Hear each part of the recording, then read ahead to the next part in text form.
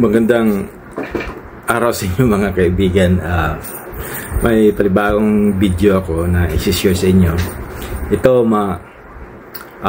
magtuwa kayo nito kasi medyo nakakapanibagong experience to sa akin na hindi to nangyari dito sa Pilipinas kundi sa ibang bansa.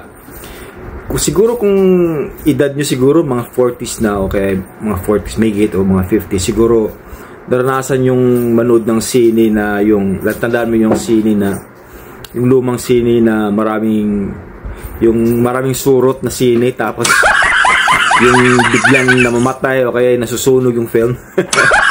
Yung lumang sine dati. Nakapanood ako niyan bago ngayon, hindi dito sa Pilipinas kundi sa ibang bansa, kundi napanood ko to doon sa dito sa Tunisia Punta akong Tunisia kasi part kasi sa work ko, so nakapag stay ako doon ng mga 2 nights tapos 3 days. So talagang na-enjoy ko talaga yung time ko doon.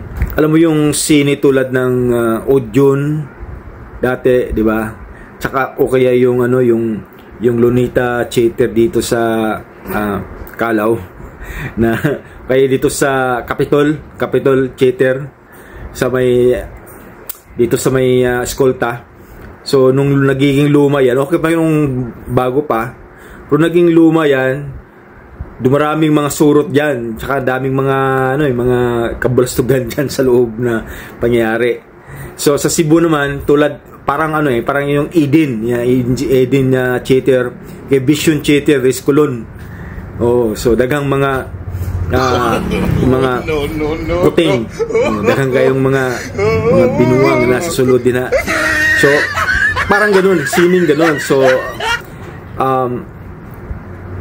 ipapakita ko sa inyo kung paano nangyari yon. At saka nagulat ako na sa ngayong panahon na to, 2025, meron pa palang ganung sine sa ibang bansa, no? Masyadong advanced na ang panahon ngayon, pero sa ibang bansa meron pa palang ganyong sine. Pero nasubukan ko, napunta lang talaga ako doon kasi alam mo no, nag-adventure tayo sa mga sulok-sulok, kaya nakapunta tayo doon. Magandang adventure din. So, ito pakita ko sa inyo kung anong nangyari. Ito yung istorya noon. Dito sa Tunisia, isa itong bansa na Arab na country. Ang salita nila is Arabic. Tapos yung pangalawang salita naman nila is French, no? Located to sa north of Africa. So nagka-border nila yung Libya tsaka yung Algeria, kaya mga Arabic to sila. Yung hindi naman sila maitim tao, kundi parang Arabic talaga, parang Moroccans, so yung dating ng mukha nila. Napunta ako doon, na-check-in ako sa isang hotel na hindi naman gaano kalayo sa city mismo. Hindi, nasa medyo mga 15 minutes from the center mismo, sa center na tinatawag nilang Banque de Tunisie, no? Habang napunta ako doon, talagang nilalakad ko, naglalakad-lakad ako, naghaharap ako ng ATM. Subukan natin mag-withdraw sa ATM nila. MoneyGram din pala dito At nakakita ko ng ATM, nakapag-withdraw ng pera kasi ayaw kong gamitin yung card ko kasi ng Visa card. Kasi alam mo naman, wala akong tiwala sa lugar na yun. So gusto ko talaga mag-adventure. So nangyari, nagpapa-book ako ng taxi sa dito sa concierge ng hotel. Come back. Yes, 6 o'clock. Say hi to my friends. Nakakuha ako ng taxi dito. Arrangement sa hotel. Nang sumakay ko ng taxi, nakita ng driver na Asiano yung mukha ko. Nag-Chinese sa akin, nag-Mandarin. Sabi sa akin, nag-Chinese.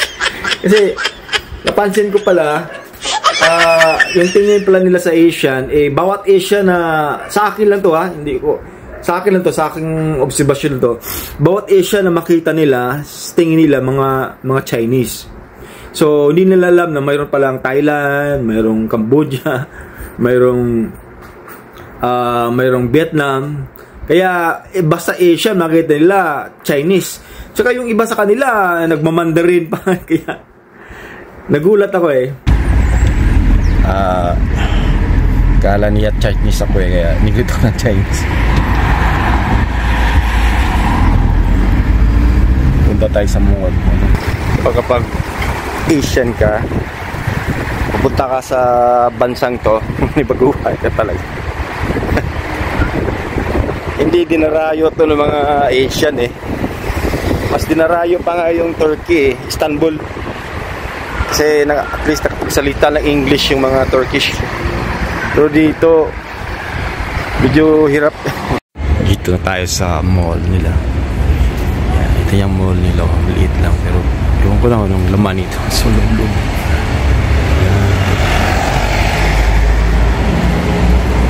Mall nila. Subukan natin pumasok.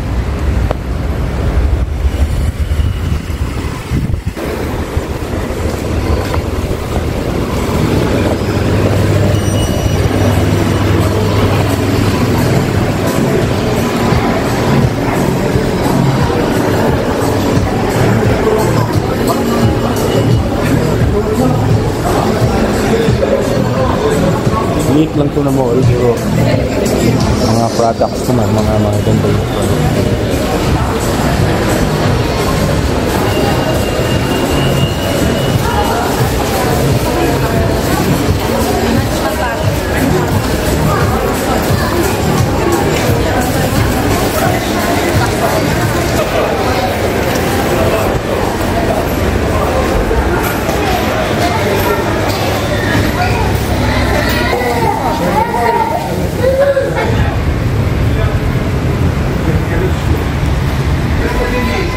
dito sa Tunisia. Ito yung pinaka-rice nila.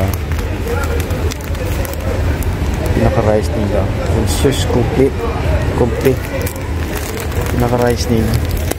Sila nag-serve ng rice dito. Hindi kanyan palagi sin-serve nila. Galagay ito sa wet.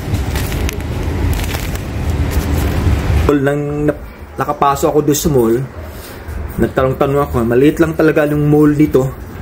Napansin ko wala talagang sine. Kaya nagtanong-tanong ako saan yung pinaka malapit na sine kasi bala ko kasi manood ng Deadpool. So ang nangyari,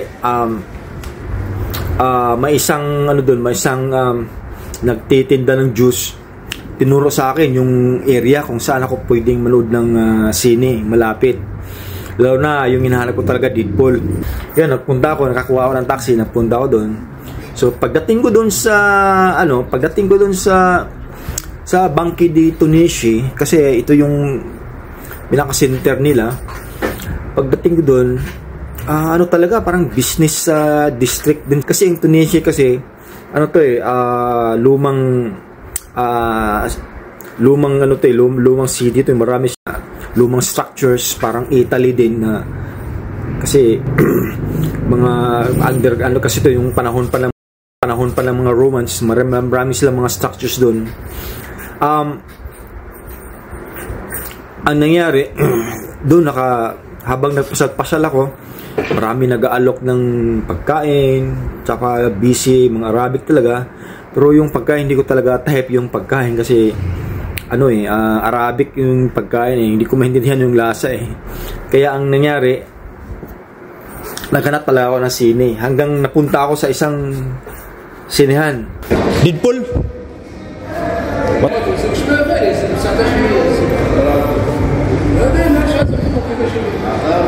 What time Deadpool? Time 3. Okay.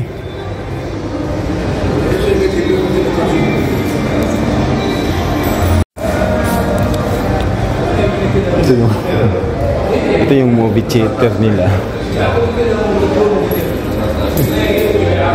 medyo classic yung dating eh. Yung walang laman sa loob dito. Hindi naman ito sa mall. Stand out. Wala sa mall eh. Sa labas ng mall eh. Subukan ako manood ng Deadpool. Dito sa pinaka-center ng Tunis. Ang pangalan ng scene na to Le Coulisse ang pangalan eh. Siguro kapag ikaw ay Tunisian ka, siguro alam mo kung saan itong Tunisia, pero nagtatagalog lang ako. Now, hinahanap ko talagang manood ng yung movie na Deadpool. Pero pagdating ko dito sa scene, nagulat ako kasi double pala. Double pala scene, yung pinaka main nila ay Deadpool. Tsaka yung double nila ay yung Beetlejuice 2. Yan ang kagulat. Kaya ang nangyari, naisip ko, maganda naman ang maganda naman ang lugar. Kung tingnan mo sa labas, may dating naman ang area. Pero nang pumasok ako, medyo dito nagbago kasi pagpasok ko doon, wala kang makikitang exit, kundi masyadong madilim. Wala man lang yung alam mo yung mga lights na nag-guide sa upuan, wala man lang ganyan eh. Kaya magpailaw ka talaga ng cellphone mo. Kaya nung nakuha ko yung upuan ko, walang katao-tao. Tingin ko siguro mga 3 lang kaming nanonood. Ako nasa gitna, yung isa sa harap, yung isa naman nasa likod, pero may kasamang girlfriend yata yun kasi may ginagawa din sa likod eh, napansin ko eh. Yung bago nga tala, tapos nangangati na yung puwit ko, may kumakagat sa akin. Alam ko surot na to eh. Kaya pagdating ko, kakatapos lang ng Beetlejuice 2. So yun na ba, masaya na ako kasi inabangan ko na yung yung Deadpool eh. Pero habang nag-umpisa, yun napansin ko, mga siguro nasa mga 3 minutes lang sa beginning. So umpisa lang na ng scene, umpisa lang ng Deadpool, biglang namatay ang scene. Kaya ang nangyari, puro sounds na lang, yung conversation na lang, yung dialogue na lang ng movie. How exactly did that happen? Well, the police say gravity, but just between us, they didn't test well enough photos, particularly. Do you? Oh, I can see this isn't going on. Please stop writing. Papalabas movie, wala namang laman. Deadpool.